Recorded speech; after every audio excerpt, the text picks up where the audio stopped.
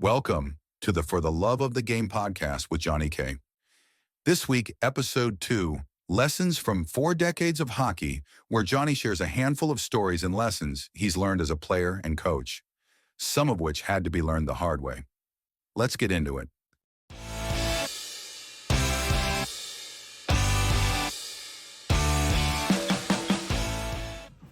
John Colias for the Love of the Game podcast number 2.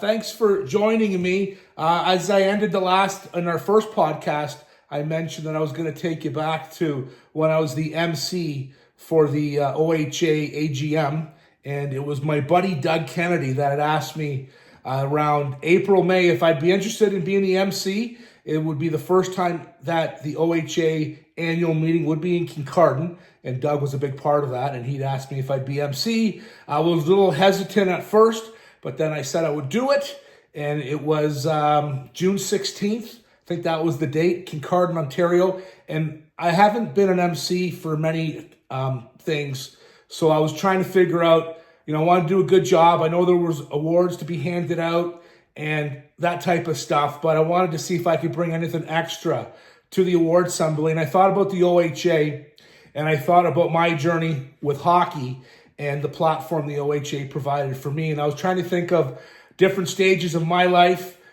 from 15 years old to present now. And I put together a few things that has happened in my life, some life lessons, as I like to call them, and having the OHA as the platform. And it all starts back in 1991.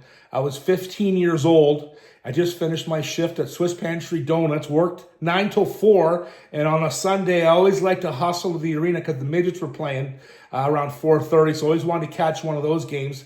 As I walked into the rink, up the stairs to the food booth, of all places, I see my buddy, Greg Mighton, Bogart.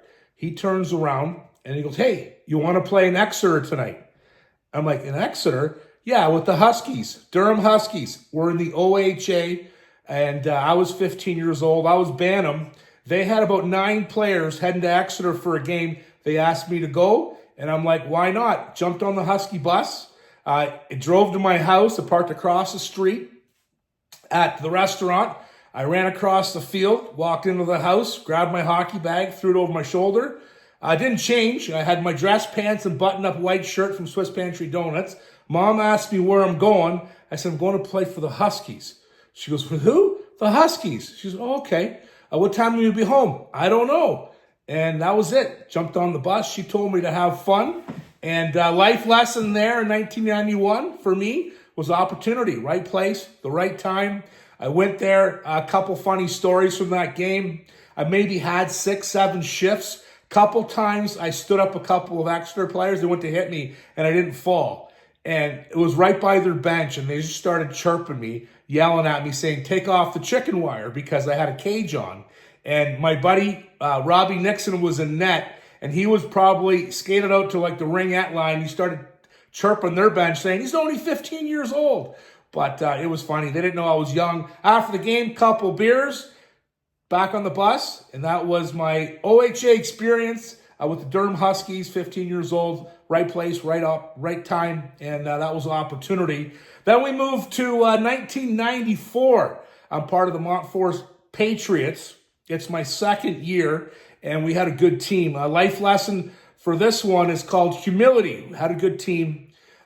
We were good. We thought we were good, and maybe we thought we were just a little too good. We had just knocked off the Hanover Barons. They were trying to win their 10th straight league championship, and we had beat them at home in 5 games, league champs.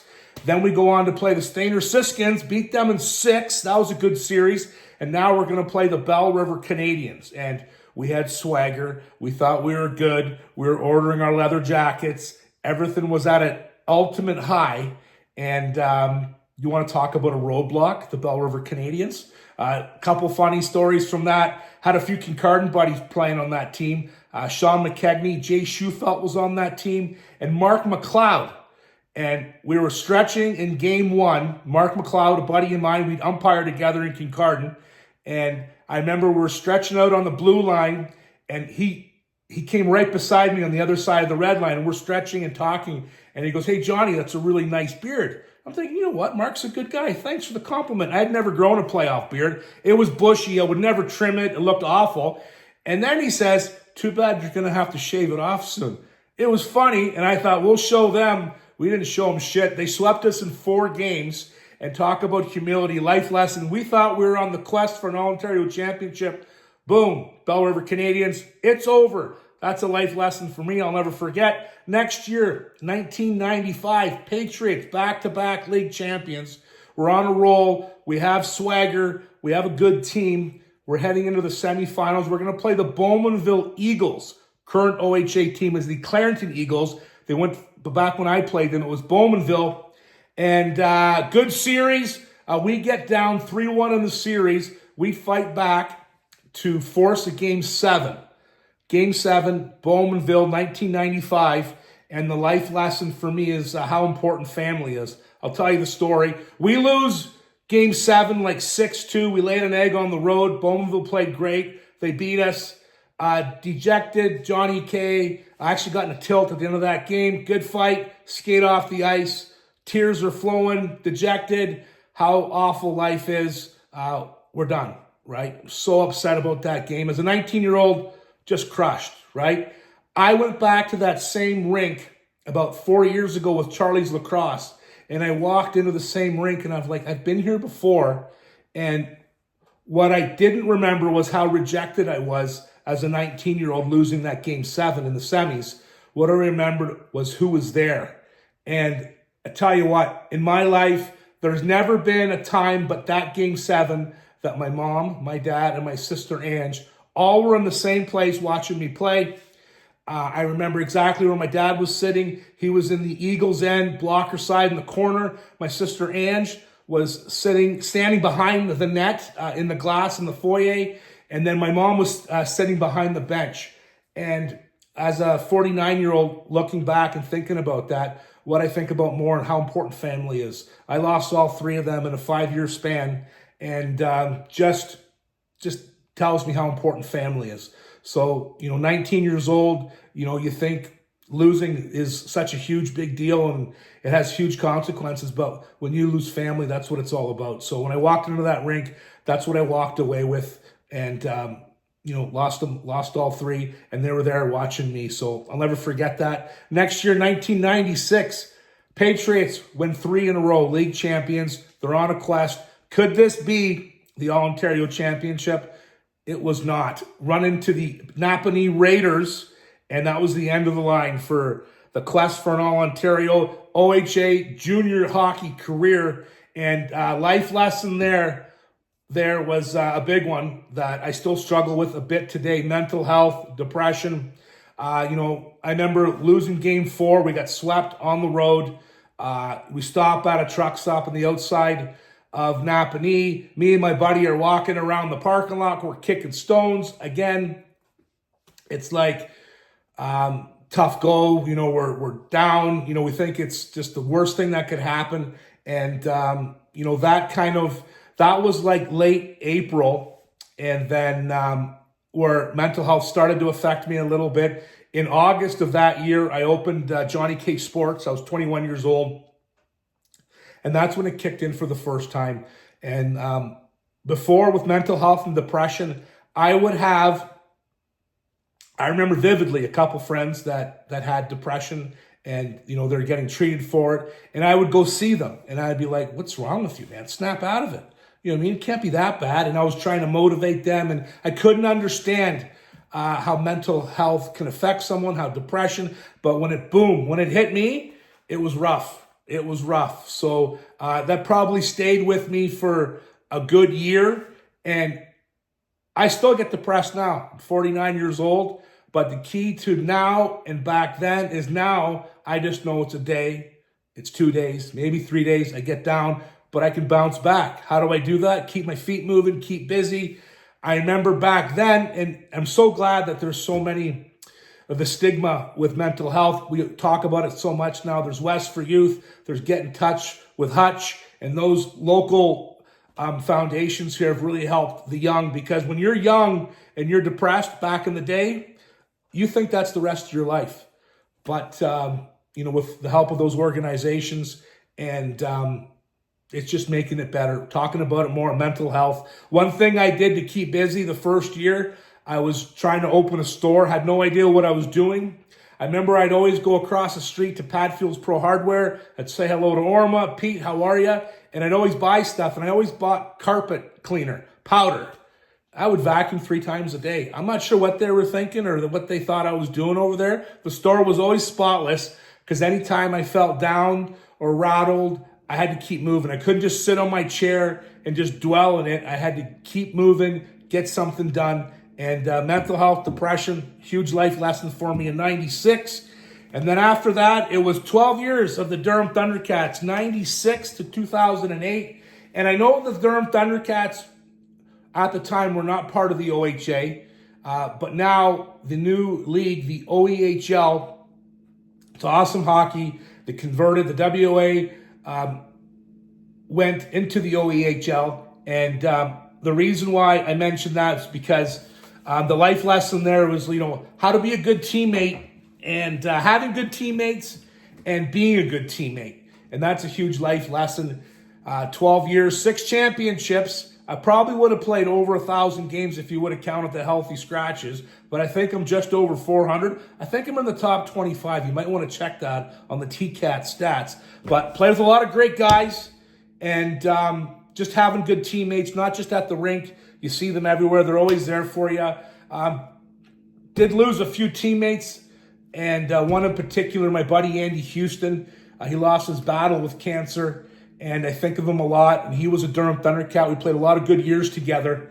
And one memory that keeps coming up to me is just around the time Andy had passed. I remember we went to his service. We went to the wake before the service and walked through with some teammates. And I was really shooken up. I was, lost a buddy and emotional. And, you walk through it. I think there was 3 or 4 of us walking through together. And I remember how hard that hit me. And, Andy was a great guy. And he was the first, really close friend that I'd lost. And it wasn't until the next day I was at the store and the phone rang, and it was my captain, Kevin Suter, calling me. And you want to talk about a captain, a leader on the ice and off the ice, but Sudi just called me, and he just wanted to make sure that I was doing okay. And I never forget what he told me about Andy. And he just said, you know what, it's better for us to have known Andy, been part of his life, and been a teammate of his to never known him at all. And that's something that's always stuck with me. And I got a lot of respect for my captain, Kevin Suter, great guy. And that's what real captains do. They're just not at the top of the umbrella on the power play, feeding the wings for one-timers or the guy that's kicking the garbage can in the dressing room. They're leaders on the ice and off the ice, and I'll always remember that from my captain from the Durham Thundercats. Moving on, after my playing days, I decided that I wanted to be part of the OHA. I wanted to assistant coach Hanover Barons. And what's the life lesson there for me? It would be impeccable word. Yeah, impeccable word. Johnny K, assistant coach, and running the back end. Young coaching staff. Steve Barfoot was the other assistant. Neil Simpson. Head coach Donnie Trumbull was our GM. And I just, I wanted to become a sponge. I wanted to win. I had aspirations. Smoltz Cup, we can do it, make a run. But I remember the impeccable word was you have to be careful what you say. You have to speak to officials, and you can't show up an official. And Mitchell, Ontario, we're playing a regular season game. The standings were close, and I decided to kind of get smart with one of the officials. And he turned around and gave me an unsportsmanlike, and we were already shorthanded. And I was like, uh-oh. And then head coach Simpson looks at me, if looks to kill. He wasn't happy, but even worse, our GM, Donnie Trumbull, was to my left in the Mitchell Arena. There's a corner, the glass ends, and he always stood there, and I thought he was going to kill me. And right there and then I decided, you know what, you can't be shooting your mouth off. You have to, when you're speaking to officials, to players, to parents, anything to do with the game, you always have to be impeccable with your word. So that was a huge life lesson. After that, I was 4 years in Mount Forest, worked with Matt Mullen, great coach. And out of my whole coaching experience, you know what did I learn the most? And if I were to go back and do something differently, it's just, you know, for me, I felt that sometimes I was there because I wanted everyone to like me. That's just my nature. But you can't do that and be a coach. So, you know, when you're coaching, you're not there to make friends. You're there to make hockey players or whatever you're coaching better people, you know, prepare them for the game, life lesson stuff. But you always have to be impeccable with your word, because if you start with that, they're going to see that and they're going to model that. So that was my coaching debut, and that was a good 6 years for me. And then present day, I've been working with the CKNX OHA radio. My partner, Steve Sabrin, one of the best in the business, play-by-play, and myself calling games for the last 3 years. And the life lesson that I learned just this past season in our playoff run was balance. And for the regular season, we do a game every Friday night. Preparation, easy. You know, I spend, you know, a couple hours making some notes, go to the rink, call the game, come home, maybe a social media post, we're done. But not very often in our listening area do we have two teams that make a push. And, you know, we're usually wrapped up, say, in March sometime. But this year, what happened was the Listowel Cyclones won the Sutherland Cup. Huge push, great season, great run. They played St. Mary's in the finals. We were calling games until close to the end of April, maybe into May. I can't remember right now. And then the Hanover Barons, Pollock Division champions, they made a push, and they made it to the All-Ontario semifinals. They played Clarington. And, you know, getting used to calling one game a week, I could handle that. What happened was, with two teams going, we had another crew. Ryan Drury was the quarterback of that one. But there were times that we were calling games every other night. We'd call 3 out of 4 nights. We'd call 5 games a week. It was a long stretch. And what happened with me in balance was I stopped really taking care of myself, because, not on purpose, but we'd be on the road. You get home at 1:30. You wouldn't sleep right. When I don't sleep right, guess what happens to me? I don't eat right. And all of a sudden I got sick and I put my back out. I don't know how I put my back out. Never happened to me before. But the tail end of that playoff run, I was hanging on by a thread. But the life lesson for me is balance. You got to slow down. You got to take care of yourself. You got to eat healthy. And, you know, and you have to be able to ask for a break. And in that St. Mary's series, I remember I told Steve, I said I couldn't make it one night and I just needed to rest. And he was cool with it. And, you know, balance is so important in life. So that was another life lesson that came through the OHA. And I didn't have this when I spoke at the OHA meeting as a life lesson. But the last one, and I'm going to talk about my buddy Dougie Kennedy, it's the friendships that we make. Friendships. And I remember the first time I met Doug Kennedy. I'd grown up in Kincardine, then I'd moved to Durham, but I had a lot of good friends still there. And my buddy Warren Beisel goes, you have to meet the new head coach of the Kincardine Midgets, named Doug Kennedy. And another bonus is he owns the KFC. I love KFC. We have an inn now at the KFC in Doug Kennedy. So Doug Kennedy in 91 or 92, I can't remember it. You'll have to remind me. I took the midget team. It had to have been 1990 to the All-Ontario finals. They played Campbellford, and a majority of that team ended up playing for Doug Kennedy's Hanover Baron team the next year. Of course, the Hanover Barons won the All-Ontario in 1991. Doug Kennedy was a big part of putting that team together. And he didn't finish the season, but he started there. He had to step down. I think it was from health reasons. I'm not exactly sure. But I know that All-Ontario team that won in 1991 has Doug Kennedy's fingerprints all over it. So I remember when Doug had called me and asked me if I was interested in being the MC for the OHA. At first, I was a little hesitant. And then after that, you know, Doug Kennedy's a good friend of mine, and I wanted to do a good job. And that's why I said yes, and I'm so happy, because friendship and in sports and hockey and whatever you're doing, friendships are everything. Sometimes it's hard to keep in touch with people. Sometimes you don't see your friends for 10 years. You meet up again, and it's just like you never left them.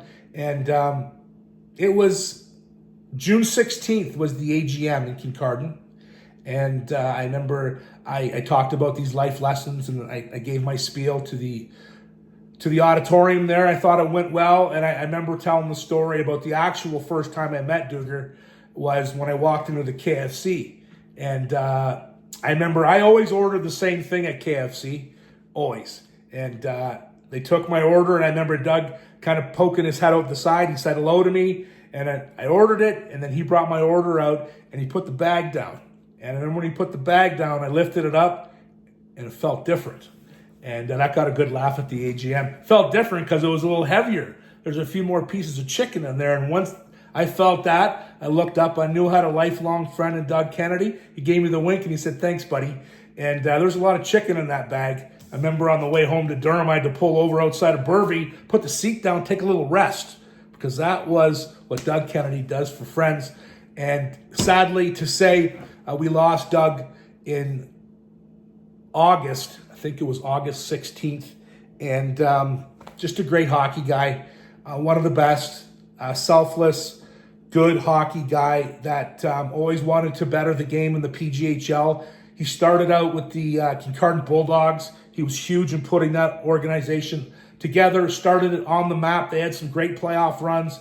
And then after that, he wanted a new challenge, and he was king of the North Conference division. He took care of it. He was the governor of the North Division, took care of the Carruthers and Pollock Division. He would drive by my house all the time from Kincardine to Stayner. He'd always come by on Durham Road.